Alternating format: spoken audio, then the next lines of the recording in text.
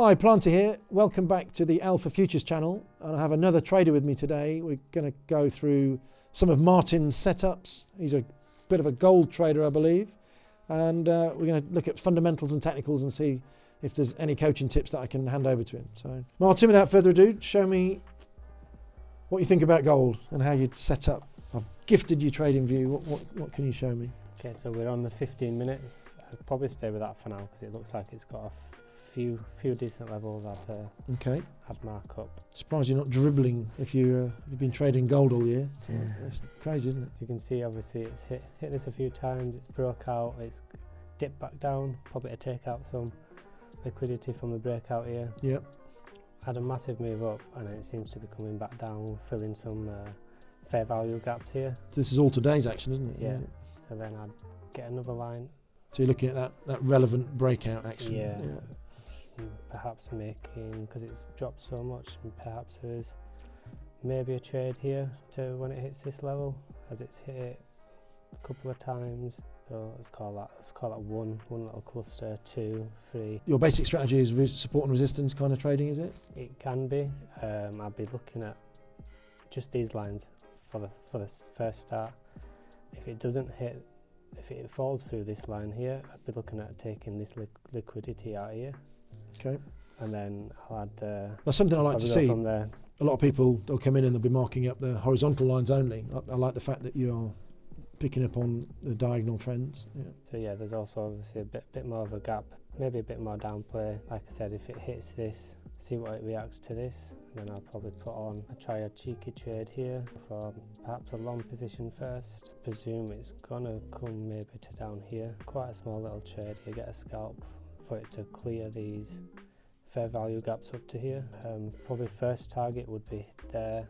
I'd be looking to add to perhaps move and take out the high, as it's been quite strong today. If it doesn't get to this liquidity, let's say it stops me out, come down to here, perhaps it's gonna take this liquidity here, and the actual downplay is going to be a downplay. So you'd wait for the...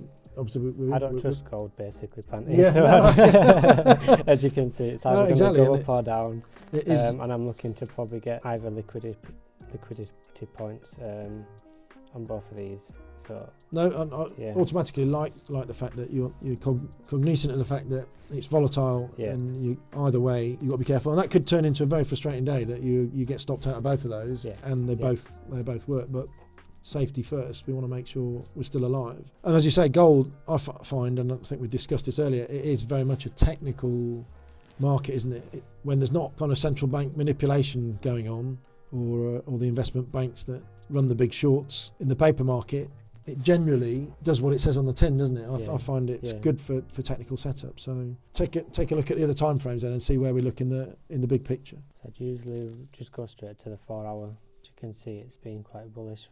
That candle's a bit scary, I guess, for the upside. It seems to be coming back down. We've got 30. So does this affect how much you're stop lossing when you're seeing that kind of volatility on the candles? Yeah, I think I'd have to keep it quite tight because it can. I think we've just had some news out as well, so that's probably why the big move has gone up. Maybe it's touched a bit of liquidity up here and then it's come back down. So there's something here. Have you ever looked at this? The COMEX gold delivery intentions. Oh. This is something that I try and encourage people to look at, because this obviously comes out the night before, but UK time it's around 8:30. Pretty quiet. I've had a very strong month of 18,000 requests for gold to be delivered. Right. This is a big thing that's changed in the gold market. Only 79 yesterday, so a bit of an irrelevant day. So there's no pressure from physical buying by the look of it on the COMEX market. Okay, so go on. So we're on the 4 hour. There's no particular news at the moment. We've had car tariffs, haven't we, overnight? It's probably caused a little bit of this angst. Technically. So this candle's going to close in about 30 minutes. Depending on probably how it closes, I might adjust my potential positions. At the moment it's looking a little bit bearish, but it's starting to fly back up. So we'll just move back down to the... So do you have any other indicators that you look at for your setups? I do, yeah. I would normally use a VWAP, which would help me. I purely use that to see how it has. So I would use it on the smaller time frame, probably about 5 minutes. You can see there it has hovered just above. So that's, yeah, so the blue line in the middle is the VWAP, Yeah. and then what is that? A standard deviation, is it, from it? Yeah, so it's a bit like the Bollinger Bands thing. You've got one standard deviation either side, so it gives you a measure of how close you are to it. Yep, I like having VWAPs, which I'll explain why later. So yeah, you can kind of use that. You can see it has tried to touch it and rejected that, and perhaps over the next 15 minutes you could possibly see a push-up. What does that, when you see that kind of price action, what does that suggest to you? It's probably going to go higher and take out tops, especially the way it has acted previously during the day. A bit of volume here, probably a bit of selling off, taking profit here. It has closed for quite a lot of fair value gaps, and it has a tendency to spin back up, so I'll be just watching that. And that's why this position here is so far down here, that if it does come down to this point, takes out this liquidity, I would look at probably getting a long in. And also if it does come down down to here, see, without even me knowing, it's actually going to be on the downside of the VWAP. Yeah. To go down for the liquidity on this downside. So that's interesting actually, because I know you like to keep things tight, but you've got... Yeah, I was just going to say that it is quite tight, the stop loss, so I would consider minimising my position but extending a stop, perhaps. Yeah, I was just going to say, people talk about actual true ranges and things like that. The fact you've got some good info here from the VWAP, and it's obviously there must be a buyer around because we've been trading at a premium to the 1SD move, really. Yeah. On the pullback, once that breaks, it's highly likely that we might get wicked to that extremity. So yeah, I'd say keep your stakes lower and maybe consider having just a little bit more, because something we've talked about previously is trading winners. So if you're in small stakes and you've got this slightly wider loss, if we do get the breakout, you can very quickly add to it. What a lot of people don't do is they go all in, but they're then exposed in a large style just for this old wick off that we all hate. Yeah. And if it goes wrong and we still like the structure, if we've gone in small, you can go back in again. That is something I've struggled with in the past, is putting it all on, knowing that it's going to go up, but it's wicked me out and then it's gone up. Yeah, and then you kind of you're sulking about that occurrence rather than whether the trade's right. Yeah. And it just, I think a lot of people think just because they've been hitting stop loss that the trade was bad. It's just bad price action a lot of the time. Yeah. So you've identified some really good ideas here, and that would be a real shame, wouldn't it? So I'd say, and because of the volatility that we've seen, and today's action is crazy, isn't it?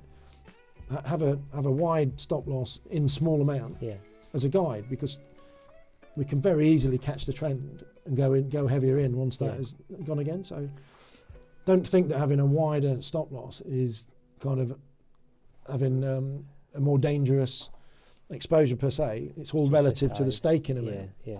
So I think just from how you've been talking about and the indicators you use, I think that you've got a lot of power there, and you're almost trading against yourself a little bit. Yeah. You're setting yourself up to be hit out. And then obviously if that position does hit stop, I would wait at least 30 minutes, or depending if that's my limit for the day. Yeah. I mean, is there anything else post the trade that if you got stopped that you would identify straight away that you'd be trading for, or would it just be a walk away? I'll probably try and aim for the downside, maybe try and recoup something if it's within my max loss of the day. Right. Yeah. Yeah, and that's important, isn't it? I think max loss for the day, you've got to be all over it. You've got to know what your parameters are. So many people just go straight through it. It's like, because often it doesn't take much to turn an account around. If you're in drawdown, you take those stakes down, build up, all that compounding benefit of having a few wins, and you're back. Futures really helps because you've got that intraday trading. You can't hold a position. Yeah. So you can have intraday gearing into success, can't you? Would you ever enter on the longer time frames, or is that just for identification? I have not, no. But I would just use it purely to see what sort of direction we've been going into. And do you ever go above the 4 hour? Not on gold, because it just looks like a big green candle. No, I haven't. I'll show you a work of art. This is something that we've been discussing on the Alpha Capital Discord. So that's on the 1 hour chart. I like to have lots of channeling in there. It's something that we can have a look at in a minute, just for extra help on those zones you identify. But you're dead right. Look, we're in mega breakout. The arguments have been whether that was a proper bottom right at the end of February, and what's the price action look like since. And I'm looking for sort of swing action, very much at the end of something we've been set up for weeks. A fifth wave and a fifth wave within a fifth wave. Once that's all finished, we should have a sell-off. Right. So that is on there, and you're thinking, how on earth do you get to that from the hourly basis? Well, we don't, because I would go back, and I think there's a lot of info in the longer chart at the moment. I think we talked earlier about that move up in 2023, that bottom, you were playing around in there, and this is a weekly chart. So we've been in very much an uptrend channel, these minor waves, the red ones. The big turning point when we have a retracement, what I've got drawn here is an orange line. We're kind of expecting some kind of retracements. If we're still in this trend channel going up, still likely to have a pretty decent pullback, 28.56 from 30.50. That's 200 points, isn't it? Yeah. And still remaining bullish for this. Everyone's putting up their price targets, and we've got all this tariff stuff. So my fundamental setup is that we're still in a bull market, but we may well, because we've been trading so aggressively and we're the top of the channel, I'm thinking we're overdue a sell-off, aren't we? Yeah. So I've got to have that in the back of my mind. By the looks of it, you could have quite a massive sell-off and still be in that uptrend. Is Yeah. what I'm trying to say. So I like to have that in there for trades planned in advance, for looking for that kind of level, because it's not. But people are going to be panicking when that happens. But I'm in advance already thinking, what kind of zone is that in? So I like the way you look at the 4 hour and the 15. Just want you to occasionally just pop out and have a look. Where are we in that big trend? And again, on the daily basis. And you don't have to trade off it. This is more for like the informational bias. You'll notice that I've got 3 gradients there. Yeah. That's something that I like people to do if you particularly a support and resistance person and you like to see what trend channel you're in. I look at Elliott waves a lot, so third waves are important, and that's when you're looking for an increase in gradient. So you want the channel to go from the bottom that we just talked about, from 23, that's this red channel, and then we're dealing with the shorter term waves with the other colours. And right now, the one we're in, look, that is a powerful gradient, isn't it? So we're expecting that to finish somewhere when there's some kind of crossover confluence with the other channels. Yeah. Normally when you get an overthrow to a channel, like we've just had here on the long term, a channel that's been in existence for a year has had an overthrow and come back into channel. That's normally quite bearish. Yeah. So I'm on alert that we may have a turning point to come. That's sort of setting up my weekly and daily bias. Yeah. And then I'm a bit more comfortable. What it does mean is that I'm less worried short term about being ramped too much to the upside. I'm very much scared of being on the downside. So it's just a bias. You don't want to put you off if you see it at the shorter time frame. But look at the longer time frames and put some of these channels in, because you're putting in the lower side of the channel, which is great, identifies the immediate trading trend, but tons more information if you put in the top bar as well. So gold is very much a fundamental trading instrument as well as technical. Are there any burning questions that you've got from anything you've heard while you've been trading? I mean, it's meant to coexist, should I say, with the Dixie, the dollar? So yeah, fundamentally, first instance, you trade gold, you're actually trading a currency pair, and that is something that is really relevant to what's going on in the world at the minute. So gold divided by the dollar mainly, the DXY. So we want to have a feel for what's happening in the dollar. You would think that automatically it must just trade inversely with the dollar. But if you to put a correlation on, and I think I know where you're going from. It's how do you think it trades with the dollar? It's like the brothers and sisters that don't get along. That's absolutely brilliant. Yeah. No, exactly. So if you put on the correlation on it, it is where you'd want it to be sort of -1, inversely correlated. It comes in pretty close to 0 in a lot of time frames. Yeah. Sometimes it's +1, sometimes it's 1. So how on earth can it be going up at the same time? Yeah. Which is what really confuses a lot of people. So there are periods where you get what they call risk off, when people are just getting out of risky assets, and gold is deemed to be one of the safest assets. And until all the arguments about what Trump's doing, the dollar is seen as a safe currency generally. Yeah. So if money would flow into DXY would go up, money would flow into gold. Positive correlation. GFC 2008-9 crash. That's another thing to listen out for because China's in deflation at the minute. Yeah. We've got inflation been coming down for a year. It doesn't take a lot to become deflation. Everything goes down when you've got deflation. Bonds might hold up, but every risk asset would come down. That would be positive correlation. So, dollar going through the floor, gold going with it, or the dollar might even hold up, in which case you're going, what the hell, it's not even moved, and gold's moving. And central banks are chock full of it. They've gone from sort of 5% back up to 15%. When there was a gold standard, there was sort of 60% of assets. So that's another reason why we're expecting that long-term bull channel to stay in place, because there are central banks around the world buying tons of gold, and that will continue. So that's just another fundamental to keep an eye on, and there's data every month that tells you what central banks have been doing. So keep an eye on that, particularly China. China's been the biggest buyer, so everyone's interested in that. So this is the Chinese central bank website, data in the year 25, money and banking. Look, official reserve assets, and they give you this little baby, and we need that to go up. So everyone is all over the fact that they've been buying gold. Now look at this. So the way that they tell you how much that they've bought for their reserve assets is that number divided by the London fixing, the last price in London on the last day of the month. Okay. Now I know that price went up 2% in February, and that you can easily work that out between the January and February prices. And look, their total holdings went up by less than 1%. So if the price has gone up by 2%, the quantity must have come down, right? Otherwise it would have gone up, that total holding, the value of their holding would have gone up by 2% plus, wouldn't it? If they'd been buying it, then you can do the division. But that to me tells you that China was selling gold in February, and yet all the headlines were telling you the opposite, which you can see. So you get people, this data comes out, you see what people say about it, and then if you do the maths yourself, you know whether you should be looking to fade it. And we did have all that choppy action. So that's another kind of fundamental that you can look for. You can look at all the central banks. The World Gold Council is about a month out of date. You can see we had a lot of choppy trading in here. So look, into that end of month period, there's been a load of selling. And then we get the rebound on the data. The data was wrong, but that was more about world events. But it's certainly, people in this period, all the data was quite negative. You're expecting gold to go up, and yet there were sellers out in the market, and that was due to this London delivery thing. Have you heard about all the gold being shipped out of the Bank of England to New York? There's literally a difference in price between what you trade, the futures, and the actual spot price. And people were just taking advantage of it. They've sold. So even the Asians were selling gold, even though they love it and they do nothing but buy it.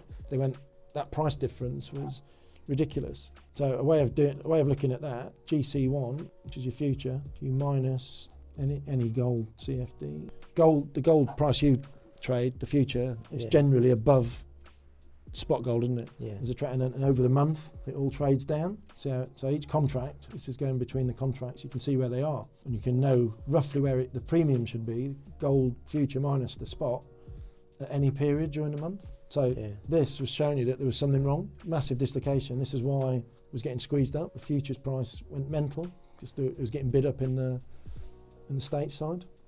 So you know that things are wrong. So again, if you're looking at this and you start spotting some extremities, you know that sooner or later it's got to come back to trend. And look, when things calmed down, we went back to normal trend, didn't we? So it's another thing in the background. What the hell's going on in gold?